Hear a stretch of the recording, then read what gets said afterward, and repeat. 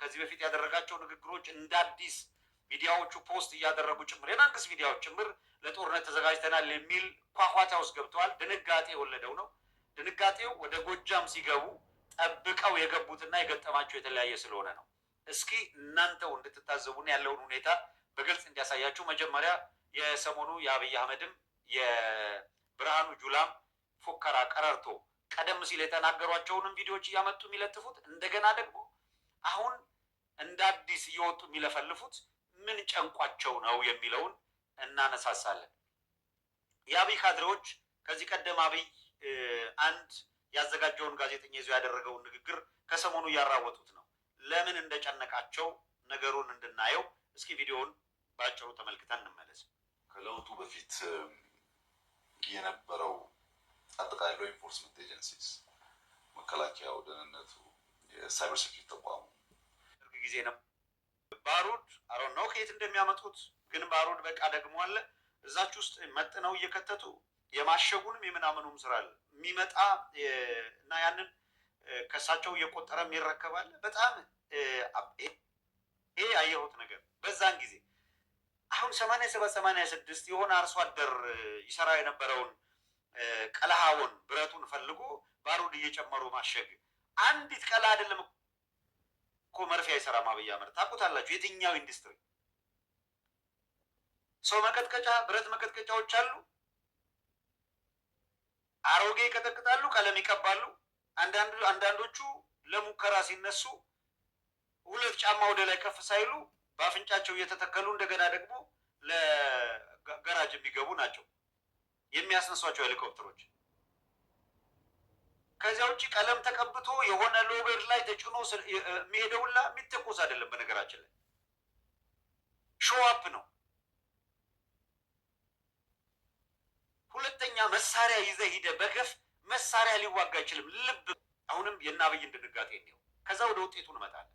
የሀገር መከላከያ ሰራዊት ከኢትዮጵያ ያነሰ ዓላማ የለውም። የተደራጀው በኢትዮጵያውያን፣ የሚመራው በኢትዮጵያውያን፣ የሚሰራው ለኢትዮጵያ ነው። እኛ ስንኖር ኢትዮጵያዊ፣ ስንሞት ኢትዮጵያ መሆን የመረጥን የሀገር መከላከያ ሰራዊቶች ምርጫችን ትክክለኛ ነው። ለኦህዴድ የተዘጋጀ ሰራዊት ነው። ኢትዮጵያዊ የሚባል ሰራዊት የለም። ምስክር አንድ አብይ አህመድ ራሱ ንግግር እርሱት። አብይ አህመድ ራሱ ሰሞኑን ስናሰማችሁ ነበረ። ተደጋጋሚ እንዳናመጣው ነው ቪዲዮ። ብልጽግናን የሰራ ነው ለኦሮሞ ህዝብ ነው አለ። ብልጽግና የኦሮሞ ህዝብ ነው። የአብይ አንደበት ነው፣ የኔ አይደለም። እሺ ቀጠለ። ከዛስ ብልጽግናን የሰራ ነውና ጠላቶቻችንን 4 ኪሎ ነቅለን ያባረርናቸው ተመልሰው አይመጡም። ስቶኪንግ አባውት ትግራይን ሲያወራ ማለት ተመልሰው አይመጡም። እንኳንስ እነዛን 27 ዓመት ይላል። ይሄን ሀገር የገዙትን ቀርቶ ማን ነው የገዙትን ነቅለናል። እንኳንስ እነዚህን በየቦታው እዚህ እዛ ውርውር የሚሉ ጥንቸሎች በሚል የፋኖን እንቅስቃሴ በየቦታው ውርውር እንደሚል ጥንቸል 27 ዓመት ገዢ የነበረውን ህወሓት ነቅሎ እንዳባረረ ሲያወራ ማለት ተመልሰው አይመጡም። እንኳንስ እነዛን 27 ዓመት ይላል። ይሄን ሀገር የገዙትን ቀርቶ ማን ነው የገዙትን ነቅለናል። እንኳንስ እነዚህን በየቦታው እዚህ እዛ ውርውር የሚሉ ጥንቸሎች በሚል የፋኖን እንቅስቃሴ በየቦታው ውርውር እንደሚል ጥንቸል 27 ዓመት ገዢ የነበረውን ህወሓት ነቅሎ እንዳባረረ አማራውን በዚህ ገለጸው፣ የትግሬውን በዚህ ገለጸው። ከዛ በኋላ መጣና እነዚህ ኃይሎች ዳግመኛ በኢትዮጵያ ጉዳይ ጠላቶቻችን ይላል በኢትዮጵያ ጉዳይ ከኛ ጋር ቁጭ ብለው እንዳይወስኑ አድርገን ያባረርናቸው አለ። ለዛ ነው ዱቄት ናቸው። በነፋስ ላይ የተበተነ ዱቄት፣ በነፋስ ላይ የተበተነ ዱቄትን መልሰን አምጥተን አንጋግረውም ዱቄት አናደርገውም የሚል ንግግር ያደረገው። ከዚህ በኋላ ተመልሰው አይመጡም ካለ በኋላ በእርግጥ አጎንብሶ ሰርተፍኬት እየሰጠ አዲስ አበባ ላይ ተቀብሎ ከዛ እንዴ ጨበራ ጩርጩራ እንዴ ጎርጎራ እየወሰደ ደግሞ አብሯቸው እየጠጣ የአማረ ስፍራ ላይ ከነሱ ጋር እየታየ ደግሞ ልክ ሞደርን ፖለቲካ አራማጅ ለመምሰል ሞከረ። በንፋስ ላይ የተበተነ ዱቄት ያላቸውን አብሯቸው ተቀምጦ ደግሞ ፕራይስ ያደርጋቸው። እንዲያውም የሚተቹትን መልሶ መሳደብ ጀመረ። አብይ እንደፈለገ ቢገላበጥ ሰው ስለሆነ ዘንድሮ ከኤርትራ ጋር ባንታረቅ አልቆልን ነበር ሲለን የነበረው አብይ አህመድ አሁን ደግሞ እንደ ኤርትራ ጠላት የለም የዘመናት ጠላት ነውና ኤርትራ እናጠፋለን፣ ቀይ ባህር እንሄዳለን ወደሚል ፉከራ ገብቷል። ኦህዴድ ባበደ ቁጥር አብሮት የሚያበድ የለም። እነ ብርሃኑ ጁላ ያሰማሯቸው ጀነራሎች እና ኮሎኔሎች ፊሊጶስ አባታችን ነበር የሚሉት። የኢትዮጵያ ጀነራሎች የኤርትራውን ፊሊጶስ አባታችን ፊሊጶስ አመራር የሚሰጠን እንቀበላለን ብለው በሁለት ሀገር መከላከያ አንዳንድ ሀገር መከላከያ ተቆጥሮ የኤርትራ መከላከያ አዛዥ ወይም ጀነራል ፊሊጶስ የኢትዮጵያን ሰራዊት እንደሚመራ ይነግሩን የነበሩት ተራ ሚሊተሪዎች አይደሉም፣ ጀነራሎች ነበር ሲነግሩን የነበሩት። አሁን መጥተው እነሱ በፈለጉት ሰዓት አብይ አህመድ ቅዠቱ በመጣ ጊዜ ሁሉ ሆይ በሉ ይሄን አድርጉ ሲላቸው መጥተው እየቃዡ ነው። የኢትዮጵያ ሕዝብ ከነሱ ጋር ለመቃዠት ዝግጁ አይደለም። ከፍርሃት የተነሳ ቅድም ያያችሁትን የአብይ አህመድ ንግግር አሁን አምጥተው እየደጋገሙ ስቃቸውን እያዩ ነው። ብርሃኑ ጁላም እንደለመደው ኬፑን ዘጭ ያንን ኮቱን ትንሽ አሁን ኮቱን ሰብሰብ አድርጎታል። ደጋግመን ተናግረን ነበረ። ውስጡ አለ የለም እያለ ወታደር ግራ ይገባው ነበረ። አሁን ትንሽ ሰብሰብ አድርጎት ኮቱን መጥቷል። ኮት ስለተሰብሰብ ስለተደረገና የማዕረግ ምናምን ስለተደረደረ እሱ አዋጊና ውጤት አምጪ ይሆናል ወይ እንደተባለው ድል ቁርሱ ያሰኛል ወይ ካልን ፍርፍር ቁርሱ ነው። ብርሃኑ ጁላ ድል የሚባል ባጠገቡ አልፎ አያውቅም። በቀድሞ ሰራዊት ጊዜ 10 አለቃ ሆኖ 2 እጁን አንከርፍፎ የኢትዮጵያ ሰራዊት የነበረ በወያኔ በወቅቱ ወያኔ ማርካ አንጠልጥላ እስር ቤት የወሰደችው ኢህድን ሲመሰረት ከእስር ቤት አውጥተው የኢህድን አካል እንዲሆን ያደረጉት። በኋላ ኦህዴድ ሲመሰረት ደግሞ ወደ ኦህዴድ እንዲዘዋወር ተደርጎ ከፓርቲ ፓርቲ ሲዘል ቆይቶ ነው። ወታደር ብቻ አይደለም፣ እንደገና የብሔር ማሟያ ልክ በብሔር ማሟያ ቤተክርስቲያን አምጥተው ጳጳስ እያረጉ ሾመው እንኳን ቅዳሴ የግዕዝ መዝሙር የማይችለውን ጳጳስ አድርገው በየቦታው እንደሾሙት በብሔር ኮታ አሁን በነ ብርሃኑ ጁላ እነ ባጫ ደበሌን ከአቅማቸው በላይ ትከሻቸው የማይችለውን ማዕረግ እየሰጠች ቲፒኤልኤፍ ዛሬ ፍዳዋን የምታየው ትላንት ይኸውላችሁ ራሷ ፈጥራ ባሳደገችው ስብስብ አሁን የራሱ ጉዳይ ብሎ አገር ሲጠፋ ዝም ብሎ ማየት ተራ በቀልተኝነት ስለሆነ ነው ምንጮኸው። በፕሪንሲፕል እንጂ ባጎረሱ የሆነ ነገር ባደረጉ ቦታ እየሄደ የሚጮህ ዛሬ ያለውን ነገ አይደግመው ጊዜ አብይ አህመድ ከኤርትራ ጋር እጅና ጓንትነን በሚሉበት ጊዜ ዲያስፖራ እዚህ ወጥቶ የኢትዮጵያና የኤርትራ ባንዲራ በአንድ አድርጎ በሚጮህበት ጊዜ ጀነራል ፊሊጶስ አባታችን በሚሉበት ጊዜ ጀነራሉ ያኔ የተናገር ነው። ነገ አብይ አህመድ ታዩታላችሁ ሚሽኑን ሲጨርስ ኤርትራን ለመውጋት ይነሳል። ዛሬ ኤርትራ በጉዳይ ውስጥ ጣልቃ መግባቷን አንደግፍም፣ ይሄንን ብለናል። ነገ ግን አብይ አህመድ ዞሮ ሁለተኛው ሚሽን ሊያሳካ ወደ ኤርትራ ጥይት ሲተኩስ ከአብይ አህመድ ጋር አንቆምም። ያን ጊዜ ወደ ኤርትራ የሚደረግ ውጊያን ተቃውመን እንቆማለን አለን። ለምን? እይታችን ኢትዮጵያ ናትና። ኦህዴድ ቀጠናውን ለማውደም ሲፈልግ ትግራይ ያለ ኃይል ለማዳከምና ለኦህዴድ ስጋት እንዳይሆኑ ማድረግ ሲፈልግ ቅድም እንዳላችሁ በታሪክ ካሁን በኋላ በአገር ጉዳይ ከኛ ጋር አይወስኑም ባለው መሰረት እንዳይወስኑ ለማድረግ ድምጥማጣቸውን ለማጥፋት ብሎ ስምሪት ወስደዋል። አይደለም ያንን አድርጎ እንደገና ተመልሶ ዞሮ መጥቶ ደግሞ ከአንተ ጋር ሆኖ እነዛን እንምታቸው ሲል ሁለቱንም እየተገላበጠ ሲያሳካ ከአብይ አህመድ ጋር የምትቆም ፉዞ ካለ መንገዱን ጨርቅ ያርግልህ። ጨርቅ አይደለም እሾህ ነው። እንዴት እንደሚወጋ ታየዋለህ። ብርሃኑ ጁላን ደግሞ እንስማው እንዴት እንደሚቀባጥር ስሙት። በሀገራችን ላይ ዘርፈ ብዙ ፍላጎት ያላቸው ኃይሎች እንዳሉ ስለምናውቅ የሀገራችን አቅም በፈቀደልን ልክ እየተዘጋጀን ነው።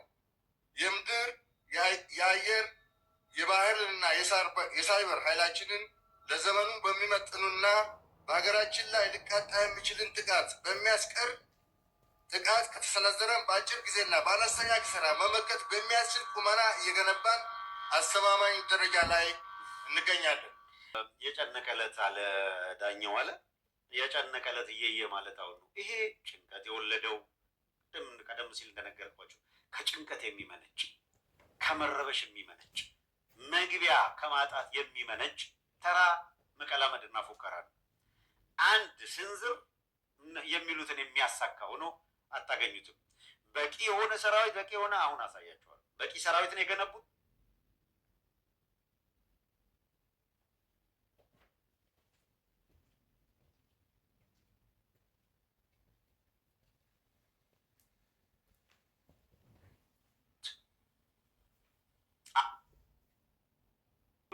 ታዩታላችሁ። አንድ ፓርደን አለ የነሱ እሱን ካየን በኋላ አሰልፈው የሚያዩትን ከዛ መጨረሻውን ታዩታላችሁ። እስኪ ይሄንን ደግሞ ተከታተሉት። በሀገራችን ታሪክ ከፍተኛ ቁጥር ያለው ዘመናዊ ትጥቅ የታጠቀ በልዩ ልዩ ሀገራት አስፈላጊ የሚባሉ ወታደራዊ ታክቲኮችን የሰለጠነ የአመራር ብቃትን ያጎለበተ ሰልፍ ብቻ ሳይሆን ቅድና መፈጸም የሚያት ብሎ አመድ ዘራፍ አለ አይደል? ሪያሊቲው ግን ምንድን ነው? ይሄ ሰራዊት ያያችሁት የተፎከረበት የተሸለለበት ለምስራቅ አፍሪካ ይበቃል የተባለው አሰለጠን ነው በብቃት አደራጀ ነው ያሉት አካል ታውት ለምስራቅ አፍሪካ ታውት ፎር ዘ ኢንታየር ኢትዮጵያ ኧረ እንዳውም ለመላው አማራ ተውትና ጎጃም ገብቶ ሲዳሽቅ እናሳያቸዋለን። ይሄ የተመኩበት ይሄ ያሰለጠኑት ሰራዊት ምንድን ነው የገጠመው? ያስታጠቀው መሳሪያ አይዋጋም። የወታደር ብዛት አይዋጋም። ንጉሥ በሰራዊቱ ብዛት አይድንም ይላል መጽሐፍ። የሚያድንህ ልብህ፣ የሚያድንህ ዓላማ ኮዝህ ነው።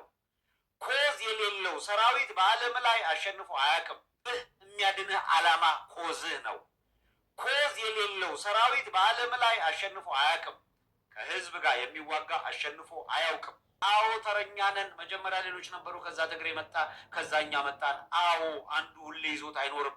አሁን ተረኛ ነን አለ። ለኢትዮጵያ ቀን ወጣላት። የኢትዮጵያ ሰራዊት ተገነባ አይደለም ያለው፣ ተረኛ ነን። ኢታማዦር ሹሙ ነው ይሄንን ያለው። ምክትል ኢታማዦር ሹሙ ጀነራል አበባውስ የባህር ዳር ህንፃውን ሳያጸኑለትና የሚያጎርሱት ምናምን ቀነስ ባለበት ጊዜ ምን አይነት ሰራዊት እንደተገነባ ከቲፔሌፍ ዘመንም ከኢህአዴግ ዘመንም በእጅጉ በከፋ ሁኔታ ዘረኝነት የተጠናወታቸው ኬፓቢሊቲ ብቃትም የሌላቸው አካል በብሔር ስም ብቻ ገብቶ ግን ከህዝብ ጋር ሲማግዱት ይኸውልህ፣ ከትምህርት ቤት ያፍሱታል፣ ከተለያየ ቦታ ሙትና ቁስለኛ ይሆናል። ሲማረኩ የሚሉትን ሰምታችኋል። ዝም ብሎ ሰፈር ውስጥ ያለ ሽፍታ ነው፣ ሂደን እሱን ልናጠፋ ነው፣ የአማራ ህዝብ ጠላት ጋር የምንዋጋው ብለው ያመጧቸዋል።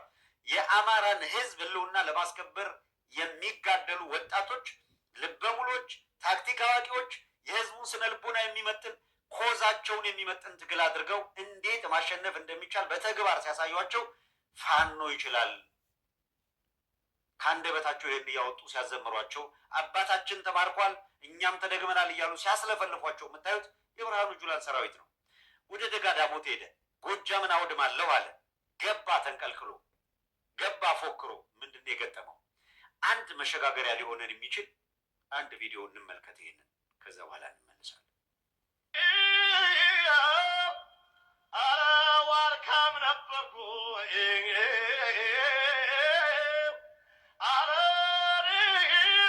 ዋርካም ነበርኩ ስግባም ነበርኩ ዋንዛም ነበርኩ ቆረጡ የተቆረጥኩ አነደዱ ይነደርኩ አካሰሩ ኢታማዦር ሹሙ ጀነራል አበባውስ የባህር ዳር ህንፃውን ሳያጸኑለትና የሚያጎርሱት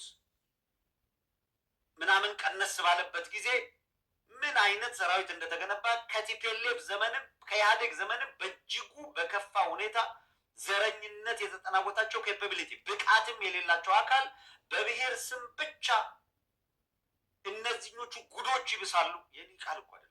ጀነራል እየዬ ጀነራል አበባው በአንደበቱ የተናገረው ደጋግመን ያሰማናችሁ ነው። እዚህ ጋር አምጥቼ እሱን ማሰማት አይጠበቅብኝም። ግልጽ በሆነ መንገድ የታችኛው ሰራዊት ተራ ወታደር እውነት ይገባል።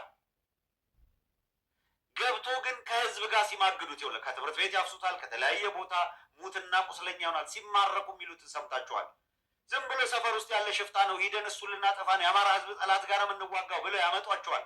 የአማራን ህዝብ ህልውና ለማስከበር የሚጋደሉ ወጣቶች፣ ልበሙሎች፣ ታክቲክ አዋቂዎች የህዝቡን ስነ ልቦና የሚመጥን ኮዛቸውን የሚመጥን ትግል አድርገው እንዴት ማሸነፍ እንደሚቻል በተግባር ሲያሳዩቸው ፋኖ ይችላል ከአንደበታቸው ይህን እያወጡ ሲያዘምሯቸው አባታችን ተማርኳል እኛም ተደግመናል እያሉ ሲያስለፈልፏቸው የምታዩት የብርሃኑ ጁላን ሰራዊት ነው።